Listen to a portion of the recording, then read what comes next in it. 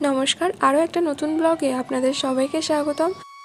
সকাল 7টার দিকে পৌঁছে গেছিলাম কলেজে। সেখান থেকে সবাই মিলে তীর্থ করার উদ্দেশ্যে বেরিয়ে পড়লাম। প্রথমেই আমরা গেছিলাম মাহেশ, সেখানে জগন্নাথ দেবের দর্শন করলাম। তারপর কিছু সময় আমরা ওখানে বসে জগন্নাথ দেবের কিছু গান করছিলাম। তারপর ওখান থেকে ঘুরে ফিরে দেখে আবার অন্য জায়গার উদ্দেশ্যে রওনা দিলাম।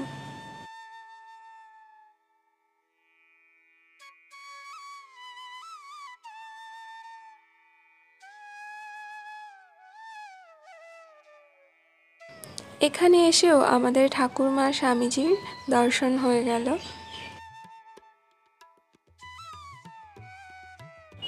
আর এই মন্দিরের প্রতিষ্ঠাতা হলেন ইনি, ধ্রুবানন্দ ব্রহ্মচারী।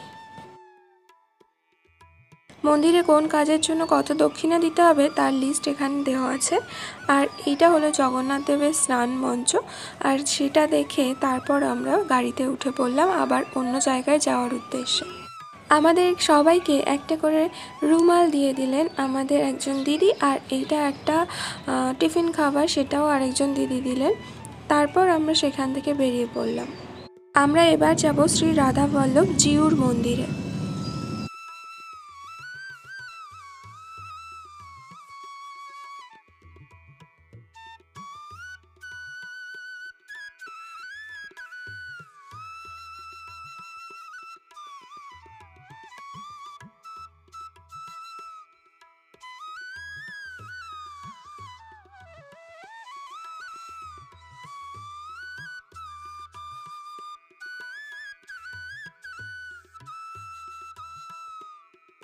আমরা সকালে 7:30টার দিকে বেরিয়েছিলাম, এখন বাজে 9টা।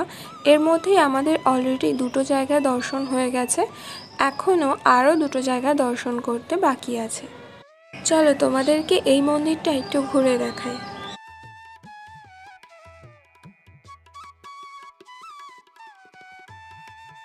পুজো হওয়ার পর আমাদের সবাইকে একটা করে তুলসী পাতা দেওয়া হলো, আমরা সেটাকে প্রসাদ হিসাবে গ্রহণ করলাম। তারপর সেখান থেকে আবার বেরিয়ে পড়লাম অন্য জায়গার উদ্দেশ্যে। আমরা এবার আমাদেরই একজন দিদির বাড়িতে গেছিলাম। সেখান থেকে কিছু সময় রেস্ট নেওয়ার পর তারপর আবার অন্য জায়গায় যাওয়া যাবে।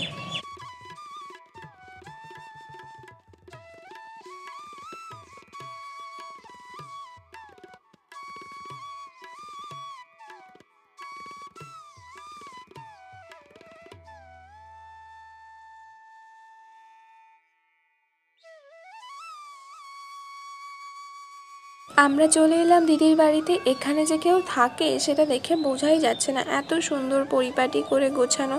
আমার তো সব থেকে পছন্দ হয়েছিল এই রুমটা, যেটা কিনা হাফতলা ছিল।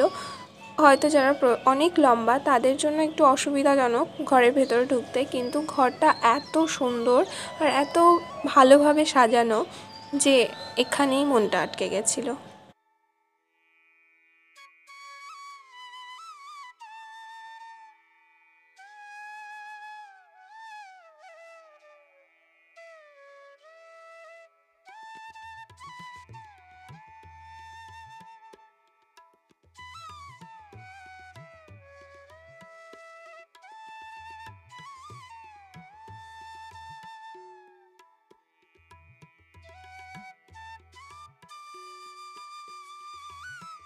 দিদিদের বাড়ি ঘোরা হয়ে গেল, এবার আমরা আবার রওনা দিলাম। এখানে যেতে যেতে রাস্তায় 12 মন্দিরের ঘাট দেখা যাচ্ছিল, কিন্তু সেটা ভালো মতন করে ক্যামেরায় ধরা পড়েনি। তারপর আমরা আবার এই যখন বালি ব্রিজের ওপর থেকে আসছিলাম, রাস্তার সাইড থেকে দক্ষিণেশ্বর মন্দির দেখা যাচ্ছিল। এখান থেকে আসার সময় মনটা ভালো হয়েই যায়। গঙ্গার ওপর থেকে যাওয়া, পাশে দক্ষিণেশ্বর মন্দির, সেখান থেকে আমরা চলে গেলাম শ্রী শ্রী নন্দদুলাল মন্দির। এই মন্দিরটি অবস্থিত বারাসাতে, সেখানেও আমরা বেশ কিছু সময় কাটালাম।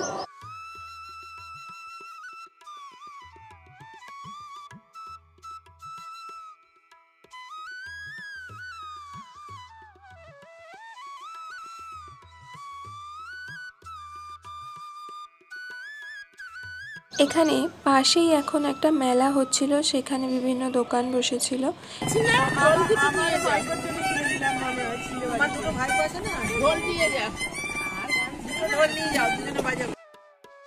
এবার আমরা আবার গাড়িতে উঠে পড়লাম রাধার শ্যামসুন্দর জিউর মন্দির যাওয়ার জন্য। আমরা আমাদের গন্তব্যস্থলে পৌঁছে গেছি।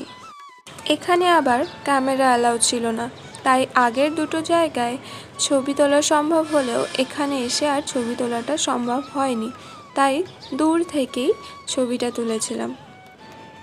কথায় বলে নাকি একই সাথে 3 জায়গার দর্শন করতে হয় একই দিনে, তো আমি আপনাদের সবার সাথে দুটো জায়গা শেয়ার করব আর একটা শেয়ার করব না, এটা তো হতে পারে না। তারপর সেখান থেকে আমরা ভোগ প্রসাদ গ্রহণ করলাম। 14 রকমের ভোগ ছিল। ভোগ গ্রহণের পর তারপর আমরা আমাদের বাড়ির দিকে আবার রওনা দিলাম। আজকের ভিডিওটাই